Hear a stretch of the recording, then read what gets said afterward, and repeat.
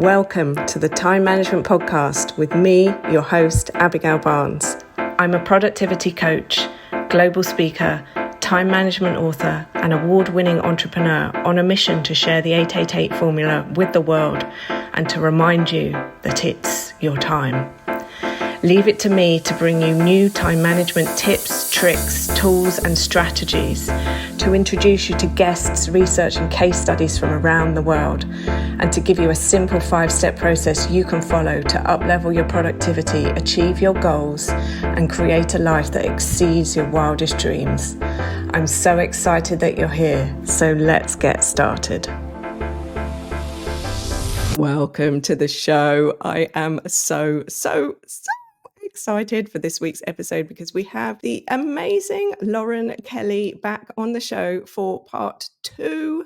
Lauren Kelly, welcome to the show. Hi, Abigail. Thank you so much. It's lovely to be back and chat to you. I know you know as well, we could chat for hours on this. And who is Lauren Kelly in a nutshell? I run a company called What's the Soul Truth, where we explore human design and other modalities that are connected to finding out and remembering who we really are and how we express that and live that. For anybody who hasn't been around on the podcast for a while, I am going to guide you back to episode 24, where we had Lauren on the podcast for the first time, and we talked about Lauren, her story, and her journey. In this episode, the intention is to take the conversation about human design and time management and productivity to the next step, to the next level. So let's start with, what is human design? Human design's quite a big system. One thing I often say at the beginning is not a belief system. It's not spiritual in that sort of way. This is kind of like a mechanical program. Your human design is an energy map that's based on the information that the neutrinos that passed through the solar system gave and landed into your body and printed your body with when you were born. In our solar system, we have billions of trillions of neutrinos, and they're passing through our body and down to the planet all the time. And as they are traveling to Earth, they pick up various energies and information. And when you were born, that energy and information is imprinted into your body. And so in human design, when you're looking at your charts, what you have is the areas where you were imprinted with these neutrinos, and that's what we call definition. And then we have the areas where you haven't been imprinted with neutrinos, and this is undefined or open areas of your chart. And this is what we start to look at human design, because our definition is who we really are, what we have access to, and where we're not defined is what we don't have access to. And human design is based on what? So human design is a merging of various different systems originally. Some ancient philosophies like Book of Changes, the I Ching, the Kabbalah, also quantum physics like we just discussed. Neutrinos are subatomic particles that we know are traveling through our body all the time. Also the Hindu Brahmin chakra system, so looking at those energy centers. And so this system pulls all of those other modalities together into one kind of standalone way of looking at how the energy of the planets and the universe is imprinting into our body and how we can discover who we really are. And so our time of birth, our place of birth, and our date of birth are what starts this conversation for each of us. Yes, absolutely. So when we are looking at where these neutrinos are traveling through the universe, we really need to know our exact time and date of birth to know what planets they have passed through on the way to Earth before landing in our body. So if you think about it,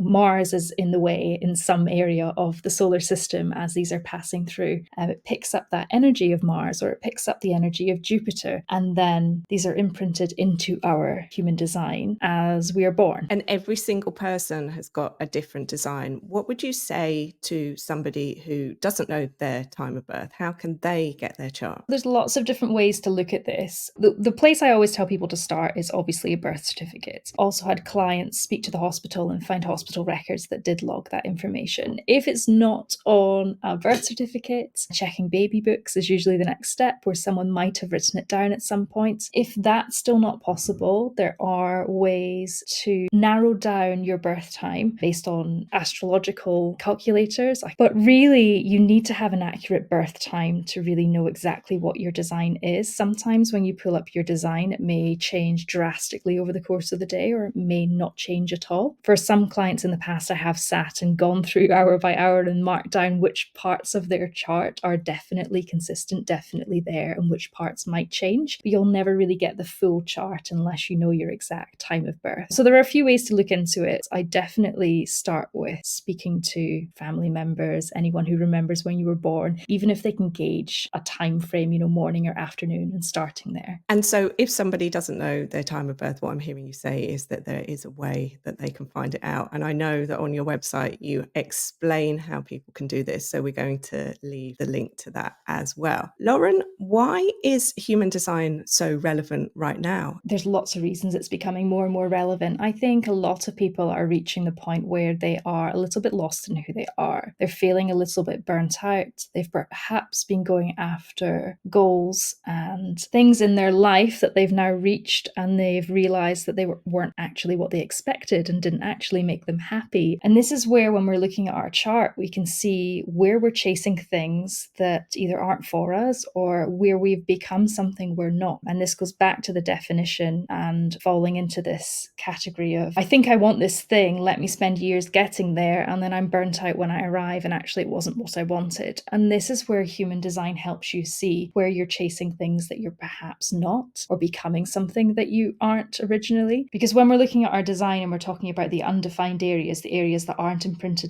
with neutrinos, genetically, this is what we go after. So it's a genetic drive to ensure the survival of our species that we are drawn to what we are not. So maintaining genetic diversity is essential for the long-term survival of the human race. So even though we are imprinted with what we are always looking for what we are not. We're always drawn towards what we are not. And this is why sometimes in human design, I know we've talked about this offline, when you pull two charts together, you have these connections. One person feels like something is missing, and when they meet that person and the other person has those neutrinos in their chart, they are drawn and connected to that person. And so I think that's becoming more and more prevalent at the moment. People are hitting goals or reaching milestones and realizing that something isn't right, or all this energy and time they've put into getting somewhere and then not feeling fulfilled, successful. It's really coming home, and more people are looking into things like human design to try and figure out, where did this go wrong, or why is life becoming this cycle of going after things that I think I want, and when I get there, I don't want it anymore. This is so exciting. I could speak to you forever. Let's unpack this a little bit and then deep dive into some of the areas. So you mentioned at the start that the human design chart is based on a number of different modalities, and one of them is the chakra system. So if somebody were to look at the human design chart, there's 9 centers, as you're saying. Some of them are defined, some of them are undefined, as in they're colored in or they're not colored in. We are going to leave the links to Lauren's website, by the way, for anybody who is thinking, how can I get my own chart? You will be able to get your own chart for free on her website. And then when you see your chart, you will notice some of these 9 centers are colored in, they're not colored in. What Lauren is saying is that this has an impact on how you are living your life, what you're searching for, what you're doing. First of all, let's start with the fact that some of these centers are open, some of these centers are closed, and what this can actually mean on our day-to-day life and the things that we might be finding ourselves doing as a result of it. So if we start with the head center. Each of these centers in our design, each of the 9 centers, all have a different theme. They all have a different energy that they process. So for the head center, we're talking about inspiration and questions. The head center is a pressure center. So we've got 2 pressure centers in human design. We've got the head and the root. And so this is mental pressure the head center governs. And 70% of the population have this center open, undefined, as in the neutrinos didn't land in a way that made this consistent and reliable. Instead, it's open and it's absorbing and amplifying other people's energy. So with the head center, it's absorbing and amplifying the questions and the inspiration of other people. Quite often,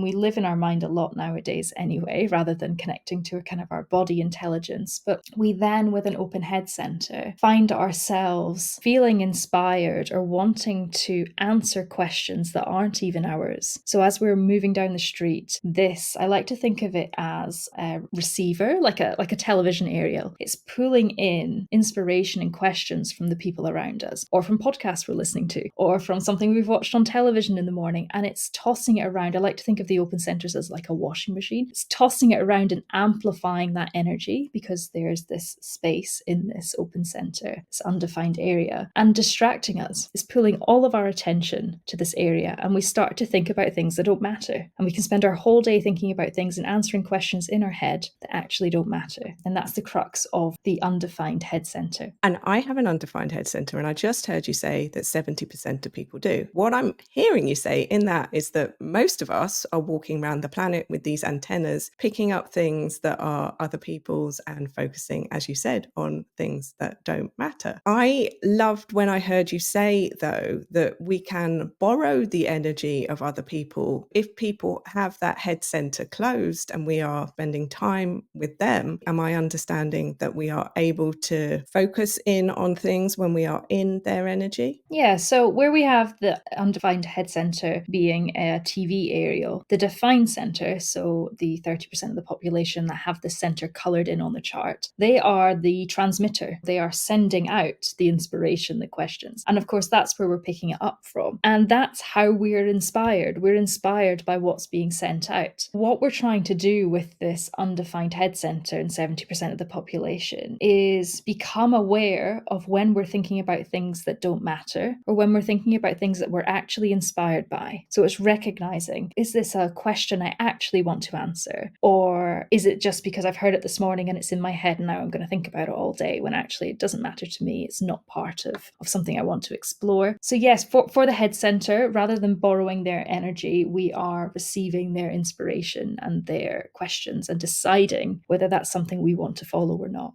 That is so interesting. And so then if we have that opportunity to take a beat and analyze, is this what I want to focus on? Is this what I want to work on? Then we have that opportunity to stop before we move forward. But if we don't, I'm guessing what I hear you say is that we can get enrolled in all sorts of things that aren't really truly relevant to the life purpose that we're here to do, and we become good followers of others. Yeah, and this becomes particularly interesting when we hit January and everyone wants to set goals and they are trying to look at, what am I inspired to do this year? What is it that I would like to achieve this year? And actually, one of my workshops, Soul Goals, we really tune into, is this goal me, or is this goal being inspired by someone else but not something I truly want? I think I want it, but then when I get there, it's probably not for me, and it's probably I don't feel that sense of achievement that I thought I would feel when I get there. So yeah, the head center is really interesting. It's the most open center in humanity, a really interesting one to dive into for yourself and ask yourself, am I thinking about things that don't matter? When I'm thinking about this thing just now, is it relevant to my day to day? Is it relevant to this moment? Or am I just encouraging mind chatter? Because that's what our mind feeds on, is thoughts. It wants to think all the time.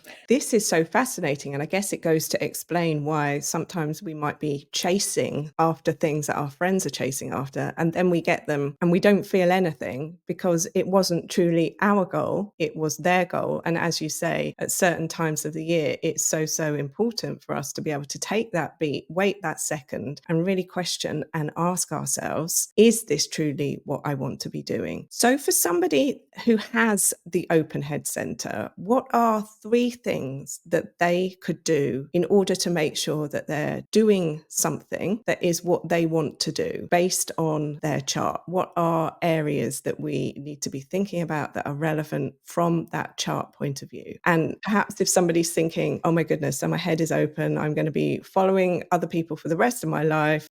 So we usually can't single out just one center because the chart's very a holistic system that all works together. So when we're looking at someone with an open head center and they're being inspired and they're picking up on other people's inspiring thoughts or other people's questions, we really look at the rest of the chart and look at what else are they drawn to. So for instance, if we have an undefined spleen center, the spleen center in human design is the immune system, but it's also survival, fear, instinct. And so when we start to look at the rest of the chart and see which of these centers are undefined, it starts to feed into, well, we're often inspired by resolving this other open center, which is fearful of its survival. It's fearful about maintaining its health and its well-being. So that ends up being the strand that the inspiration catches onto. or if they have an undefined root center, this is physical pressure, adrenaline, stress, and that center's picking up on other people's stress, other people's adrenaline, other people's pressure. And so they feel the need to get things done quickly and urgently. And that can also then feed into the head center. My inspiration, my goal this year is to get things done more quickly, or to have a more regular routine where I finish my emails at 5 o'clock every day. We have to look at it as a whole system, because actually what we're picking up in our head and what we're catching on to is usually influenced by the other areas of our chart that are undefined and inconsistent as well. I really want to focus in on something that was a big message back in the day, which was around emotions are weakness. And we need to be trusting logic, we need to be trusting sense, and we need to be following the strategy and the plan. But over the last few years, we have started to become more aware of how powerful actually our emotions are, and that they're a signal, not something that we should be ignoring. Let's look at emotions and how that relates to our human design, and how we can actually then start to use our body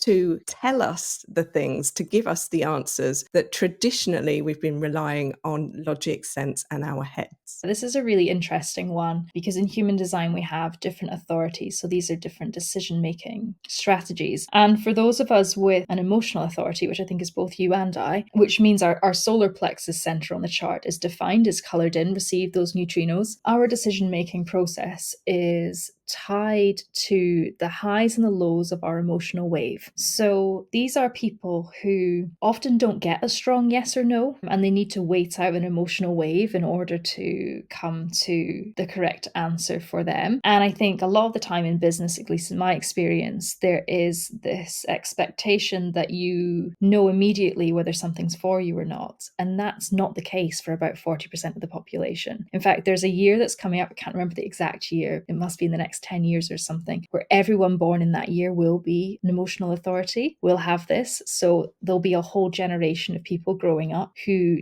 don't know what they want in that moment. They just won't. They'll need to wait it out. And the gift of this is being able to see things from a different perspective. So when someone asks you if you want to do something or go somewhere, and in one moment you're in a low emotional state and it's just definitely a no, and then in the next moment you're in a better emotional state and it's a yes. It's this perspective of being able to see the same reality through these different emotional lenses. And it's only when we come to a balanced emotional state that we can then get clear on, actually, is this for me or not for me? And I just don't think that's recognized. And of course, with the solar plexus, with that authority, the emotional authority, our next thing is, well, I can't decide, my body can't tell me if this is a yes or a no, so let me just go to my mind and let me ask my mind what it thinks. And your mind just makes the decision based on previous situations, logically, which isn't the best way for us to make decisions going forwards. We really need to connect with the intelligence of our body and how it wants to lead us, rather than everything coming from the mind. And so you were saying there then that there are 7 different ways that we will feel these emotions in our body. And this is so exciting. And this is where then it is a process of not going to that mind, that open antenna mind that's picked up on somebody else's thoughts that are going around, and then using that to filter the decision based on the feeling that you have at that time. So an example might be, do you want to go to a party or an event or a dinner, or what do you want to do for the holidays, or where do you want to go next year? Do you want to have this job? Are you happy with the job? What would you like to do? If you're not in a position to make that decision, what are some strategies then that we could use in order to be able to not appear like we don't know when we don't know? Yeah, that's a really interesting one, because this ties only to the emotional authority. The other authorities, the other decision-making strategies in human design often do or can have an immediate yes or no. So we have the spleen centers, the intuition, that only knows the answer in the now. 10 minutes later, the answer might change, but it knows in that moment. And the sacral center is the same. It kind of can give you a yes or a no now. But with the emotional center, what I've found the best way is when you're not sure on the answer answer is to be honest and say, look, can I get back to you on that? And I think more and more people are appreciative of people not jumping in with a yes or no. Like it's not a superpower to be able to decide in that moment. Actually, it's a gift to be able to see how you feel, as I was saying, through all these different emotional lenses. It's taking a while, I feel like, for workplaces to catch up with this and understand that not all their employees know immediately what they want. We're taught that we should know, we should be headstrong and know exactly what we want when we want it and how we want things to pan out and plan out. And it's very strategic. And that's not the world that we're moving into. We're moving into a world that gives us the space to allow us to consider, not mentally, but through our body, give our body the time to give us the information we need or the messages we need to then make a decision. So for me, it's a lot of, can I get back to you? And some people don't understand that. And especially if you're then working with people with a different authority that gives them the answer immediately, they're kind of like, what do you mean? Why can't you just decide now? I can decide now, but I'll change my mind next week. So what would you rather? Would you rather give me the space to, feel it out for a few days and come back to you? Or would you like me to say yes now and then cancel? I'm quite black and white with it now because I've been working with my authority for so many years that I know there's just no point in giving an answer immediately. I need to feel into it. And what's very interesting in all of this is that there are 5 different types. Obviously, please go back to episode 24 where we talk about this in the basic level. This is the next level conversation. So with those 5 different types, I've been speaking to lots of manifestors recently. And one of the things with the manifestor is that they start lots of things and stop lots of things, which then also is the manifesting generator because they're 50-50 of the different type. And when I'm having that conversation and I'm saying to them, it's okay. People are looking from the outside and asking, what's wrong with you? You started this, you stopped that, you did this, you did that. Why aren't you continuing this? Why aren't you continuing with that? And the language of the society, of the collective, is that they're wishy-washy, they're indecisive, they can't pick something. And the more you learn then about the human design, that this is their way of learning, talk to us about the different types and the way that the different types are learning. So this is really interesting, and hopefully it's something that businesses become more and more aware of in the future, in that everyone has their own unique way of working and their unique strengths and the unique thing that they can offer. And ultimately, we want everyone to just be consistent and be a copy of the next person so that we can just be productive, quote unquote, and move things forward. So the human design types are decided by which of these energy centers in the human design chart are turned on or turned off, so colored in or white. They all have a different way of working, like you say. You have the manifestor. The manifestor sort of strategy is to initiate. Now, this is only 9% of the population, roughly. So this is a small amount of people, but there'll definitely be some in your workplace. Their design is to initiate the idea or initiate the plan or the thing that they think would be a great thing to manifest. That's why they're called manifestors. They've got this connection to their throat. That's where their energy comes from. Then we have the generators and manifesting generators who step in, and their job is to work with these manifestors to build that thing. They have this consistent, reliable energy to create and build.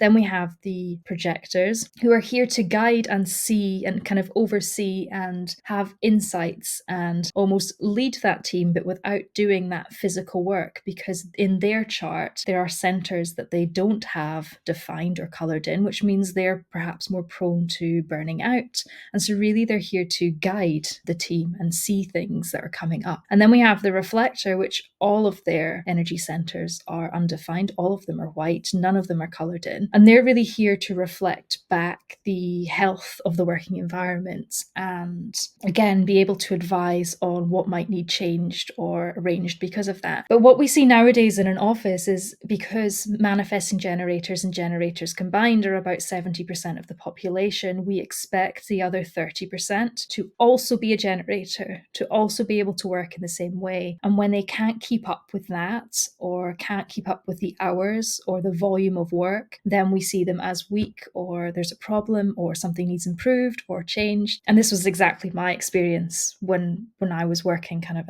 a 9-to-5 job in an office, which was never 9 to 5. You're expected to keep up with everyone else when actually you've got an entirely different set of skills that often aren't tapped into by employers. So it can be really interesting in a corporate environment to pull people's charts and even just to understand their types and how they're designed to work in that chain. Just super interesting, and can really help boost people's energy energy and morale as well, when they feel like they've been trying to be merged into a different mold of a different person. It's an interesting concept to explore in an office. What's absolutely fascinating is that this is a test, like all those other tests. We do this MBTI to work out this, that, and the other. We do the discs, we do the color ones, we do all of these different tests, these different psychometric tests to analyze. And yet when it comes to how each of us works, we're not thinking about that. So that is what I love about human design, is that for anybody who wants to perform at their next highest level, it is a great, almost a secret tool at this point in time, because not too many people in the wider world are exposed to it and are using it. Lauren, talk to us then about, let's focus on the root center, because the root center really is around productivity. And if it's defined, then that is going to help you more. If it's not defined, let's talk about that. So the root center is an interesting one. I always think of the root center and the heart center as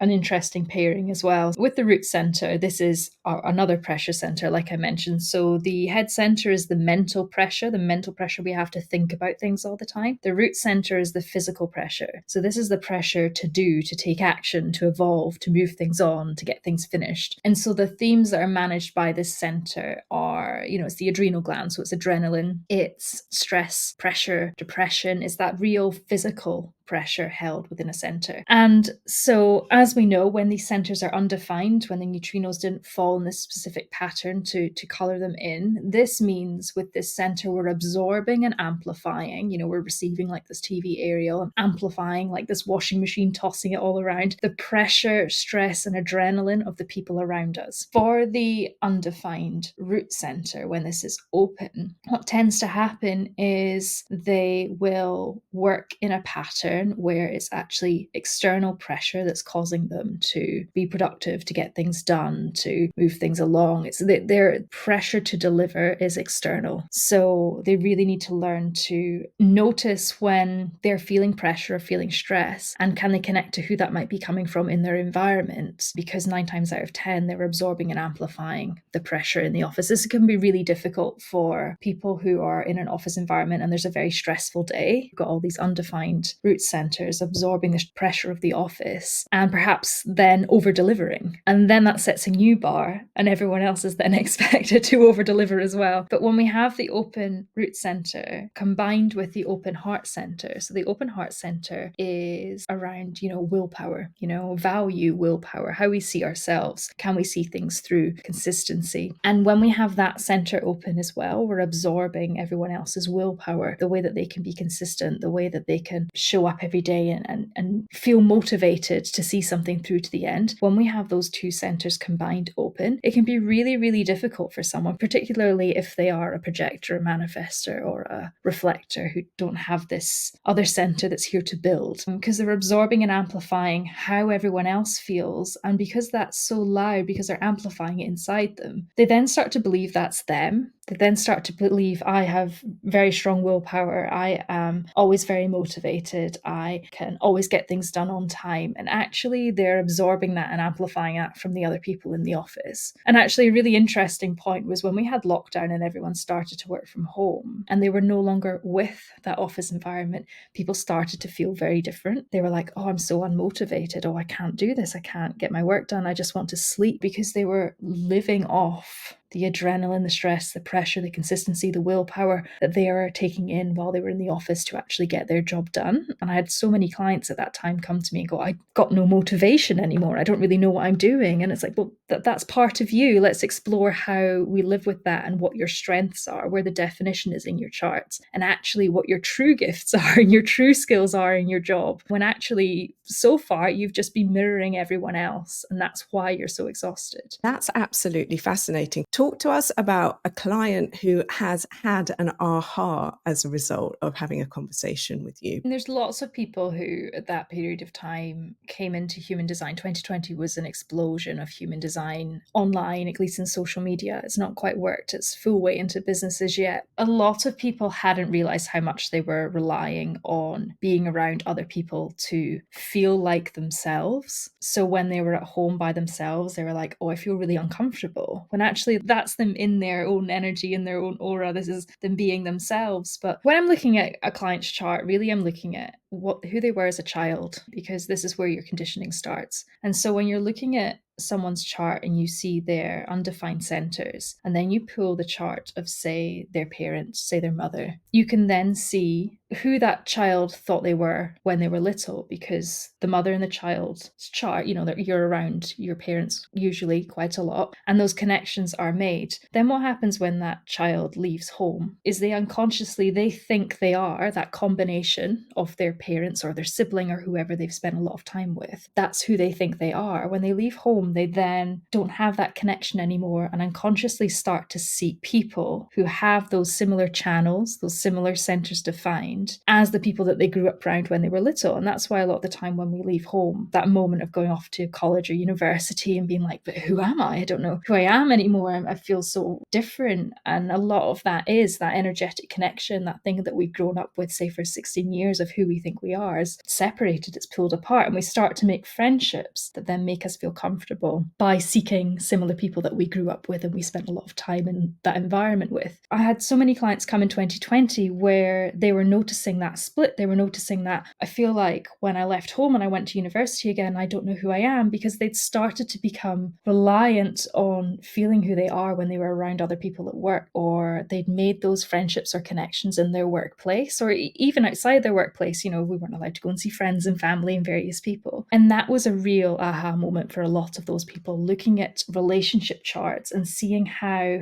who they thought they were was actually a combination of people when they were in a room, and when they were then by themselves, they started to realize, I'm a different person than who I thought I was. Let me learn more about this. So yeah, relationship charts in human design is massive. It's such an interesting topic. This is absolutely fascinating, because one of the schools of thought is around the ego, and it's around that when I do a job, I am that job title and I am what I have, I am what I do. But what I'm really hearing you say here is that it's down to who we believe that we are as a result of the people that we have spent the most time with. So our caregivers then influenced who we thought we were, because we were seeing ourselves through their perspective. And then we go and we repeat the pattern and we repeat the pattern and we repeat the pattern. And it's only when you have the awakening, whatever it is, if you even have it, because not everybody does. Some people came out of 2020 and just went back and did what they were doing before. But if you got that, what does this mean? Then you can deconstruct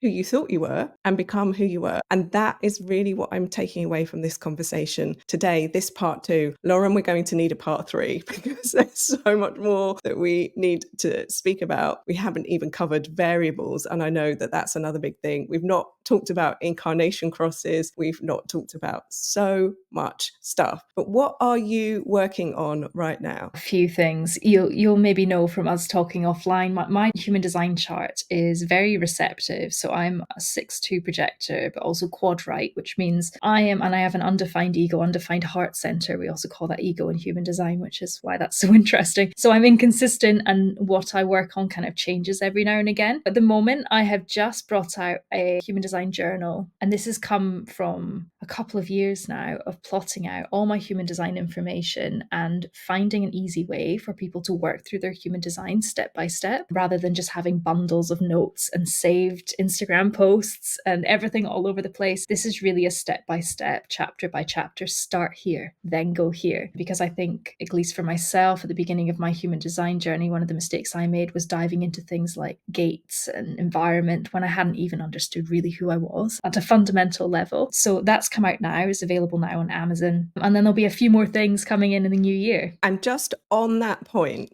of why Lauren's new journal is so important, let me show you. And I'm almost embarrassed, but actually it's proving the point that her journal is beneficial. This is my human design chart. This is what I do every time I do another training, hear another thing, I then make notes. Now, Lauren's journal, I've got a copy here, looks like this. It is this big. I can now transfer all of that into this incredible journal. We're going to leave the link to this in the show notes. It's got a hard cover as well. It's absolutely fantastic. Unless you are happy to keep it all on pieces of paper. Lauren, I've just realized we've not even talked about gene keys either and how that impacts our human design and our charts. What's one thing you want to leave us with in this podcast that we haven't discussed that you feel like we need to know right here, right now? I really think all of these modalities are going to become louder and louder in the next few years. I think there's going to be this real push for us to do the internal work.